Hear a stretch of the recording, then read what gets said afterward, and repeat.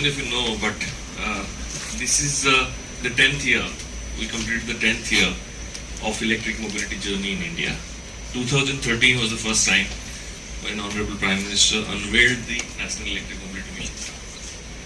And 15 was the time when FAME was launched, and then it kick-started. So I've been a part of this journey, part of this legacy so far. And just like we saw the Diya, I think it required the camphor to really light up.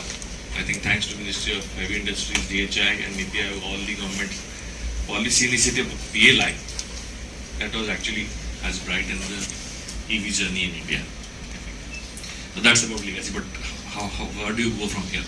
I think there's a lot of potential. If you look at sector-wise, in terms of how things are shaping up, in terms of two-wheeler, three-wheeler, buses, four-wheelers, I think the kind of journey which has taken place in the last 2 years, because of one thing, what is good for customer is only going to sell. So if we can make things affordable, if we can make things easily usable. Incoming call from Akhilesh Tehelka, Haryana News. Policy Times for this opportunity. So theme of this seminar is like, can the EV sector be India's next growth engine? The answer is yes. The reason being, if you look at the electric mobility journey, maybe like commencing from 2015 onwards, when the FAME 2 was launched, and subsequently we had FAME 1 was launched, and subsequently in 2019 we had FAME 2 program. So that at the national level, there is like FAME 1 and FAME 2, which initiated the initial impetus for mobility industry. At the sub-national level, states start releasing out the electric. ICAT, the Ministry of Heavy Industries, Policy Times for inviting me to present my views on how the EV sector can be India's next growth engine. Respected dignitaries on the stage and friends in the audience, thank you so much again for this opportunity, as well as for your patience listening. I wish to specifically focus on feminizing the EV sector to propel India's growth. The electric mobility ecosystem, of course, is well poised for robust growth in the country and will emerge as a key employment generator. On World Day for Safety and Health at Work 2023, I'm honored to speak at the India EV seminar and highlight the historic opportunity the India EV ecosystem has for all of us. As we all know, and like rightly pointed out by the speakers before me, the promise of electric mobility in India is immense. Beyond Delhi, the growth for EV adoption is huge. Regardless of the size and characteristics of cities, the willingness to adopt EVs by denizens across the country is huge. Recently, in OMI Foundation was able to release its flagship study called Ease of Moving Index, India Report 2022. The Ease of Moving Index is an evidence-based framework developed by us at OMI Foundation to measure and benchmark mobility in cities. Through the index, our organization endeavors to create mobility baselines for cities, benchmark improvements achieved on each mobility parameter over the years. There are three things is more important. One is user, second is user जो use करता है, second is maintenance, third is quality.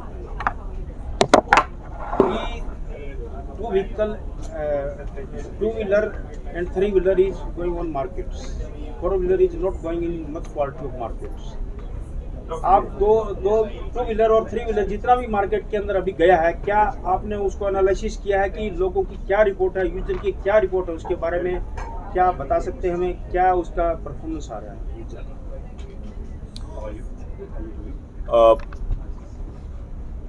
आपने तीन चीज़ें कहीं, and out of this I think most importantly जो ICAT करता है वो they are around the safety part of it, because we are more concern on safety.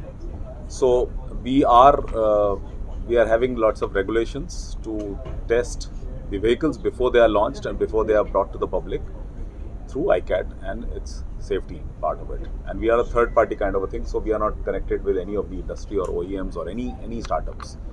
So that's number one. Number two, analysis with the user.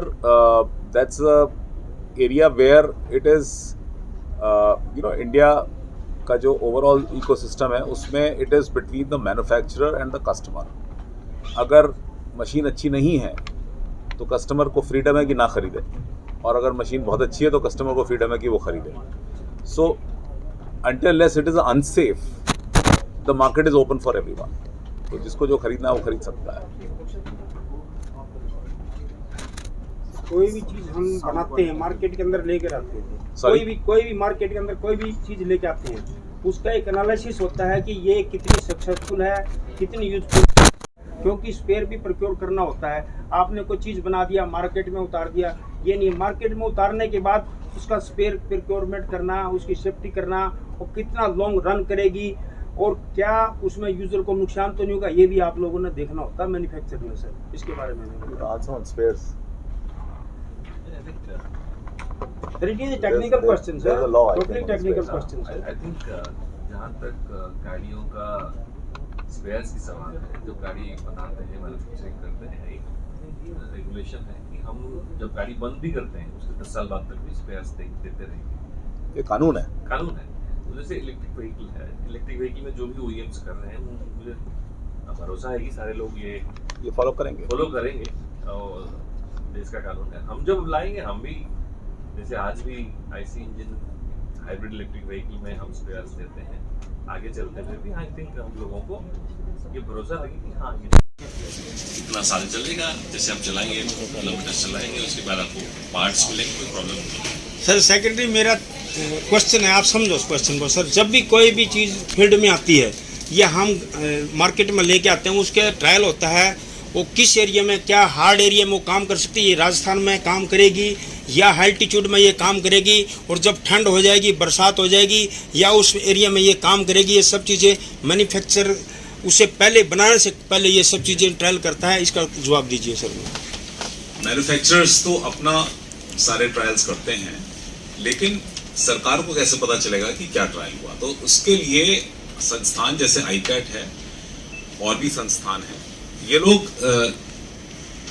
एक fixed number of tests हैं, regulations हैं, standards हैं जो सरकार ने ही बनाए हैं, उनके आधार पर हम लोग इनको टेस्ट करते हैं, और उनके आधार पर हम लोग ये कहते हैं कि ओके, ये गाड़ी भारत में चलने के लिए सक्षम है, चाहे वो गर्मी होगी या सर्दी होगी या बारिश पड़ेगी या कोस्टल है या फिर कोई मिसयूज करेगा गाड़ी को, वो एक अलग एस्पेक्ट है.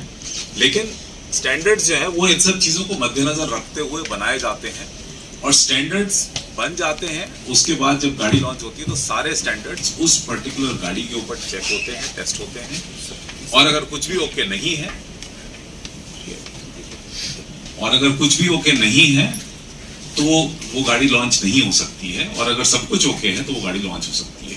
सर अब ये किले अहमद साहब बात कर रहे थे, मिनिस्ट्री से बात कर रहे थे कि SOP बनाई, SOP की कॉपी हमें मिल सकती है सर, इसकी SOP. मेरा ख्याल अगर केंद्र सरकार ने इसको रिलीज किया है तो उनकी वेबसाइट पे अवश्य होगी. तो ये तो सभी के लिए है, पब्लिक का है ये डोमेन, और इसमें तो टू द पॉइंट भाई, आज का सेमिनार के बारे में सर, इन दोनों देखा जा रहा है कि आग लगने की घटनाएं आ रही, खासकर स्कूटर में, और कार में घटनाएं कम हो रही. क्या वजह है? जबकि यूथ जो है इस तरफ मोटिवेट हो रहा है, खासकर महिलाएं भी स्कूटी को पसंद करती हैं चलाना, है ना. एक तरह का ये महिलाओं का सशक्तिकरण है, महिलाओं का. लेकिन स्कूटी में ज्यादा इस तरह की घटनाएं आ रही है, तो क्या इसमें तकनीकी खराबी है? देखिए, हर एक 2 व्हीलर या 3 व्हीलर या 4 व्हीलर में जो भी घटनाएं हो रही हैं, ये इसमें डेफिनेटली सबको चिंता वाली विषय है और सबको हमें काम करना है. क्या वजह हो सकती है, बड़ा मुश्किल है. देखिए, आप ये समझें इस चीज़ को कि एक बार गाड़ी में आग लग जाती है तो उसको एनालाइज करना कि कहाँ से आग शुरू हुई होगी, बड़ा मुश्किल काम है. लेकिन फिर भी बहुत सारे इंजीनियर्स ने इस पे काम किया है, बहुत सारे सरकार के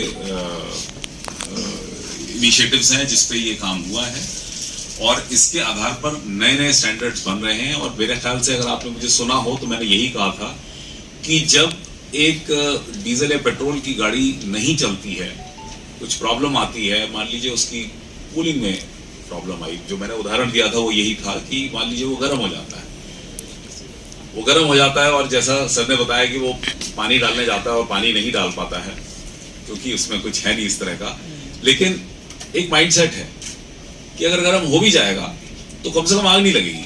ऐसा हो जाता है तो इतना नहीं होगा जितना हम ईवी में सोच रहे हैं या देख रहे हैं. तो ईवी में जो अनसेफ सिचुएशंस हैं वो थोड़ी कंपैरेटिव टू आईसी थोड़ी सी ज्यादा रहेंगी, और इस पे सभी लोग काम कर रहे हैं यहाँ पर।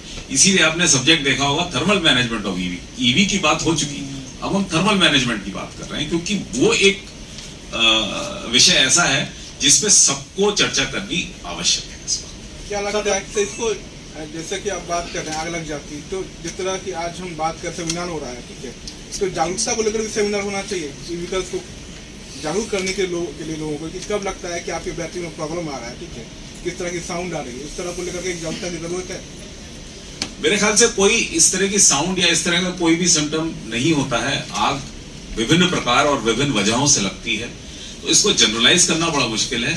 लेकिन हाँ, एक जागरूकता ये जरूर क्रिएट की जा सकती है कि अगर आप आग देखें तो क्या करना चाहिए, और वो मेरे ख्याल से आज भी है, चाहे ईवी हो या ना हो।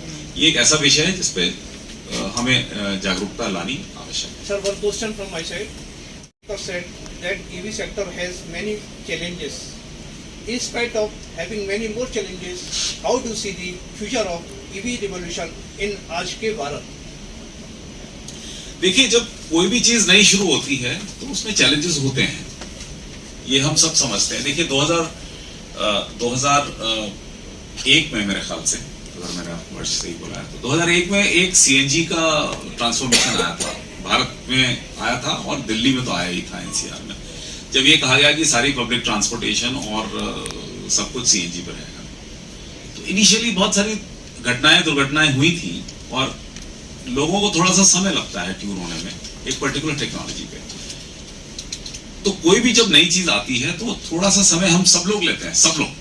हम आज बात कर रहे हैं तो ये भी एक नई चीज हो रही है, क्योंकि हम ईवी की बात करने लगे, एक नई चीज है, तो इस वजह से कुछ प्रश्न और बन रहे हैं, जो कि अच्छी बात है। और इसी चीज को मैं भी बोल रहा हूँ कि जब भी कोई नई टेक्नोलॉजी आती है, थोड़े से ऊपर नीचे ऊंच नीच रहता है, और उसके बाद हम सब लोग इक्विलिब्रियम में आ जाते हैं, रेगुलेट हो जाते हैं, कंट्रोल में आ जाते हैं। हम भी एज ए यूजर भी जागरूक हो जाते हैं, एज ए रेगुलेटर भी जागरूक हो जाते हैं, सरकार को भी बहुत सारी चीजें सीखने को मिलती हैं। तो एक जर्नी होती है जो कि सभी लोग इसके थ्रू निकलते हैं।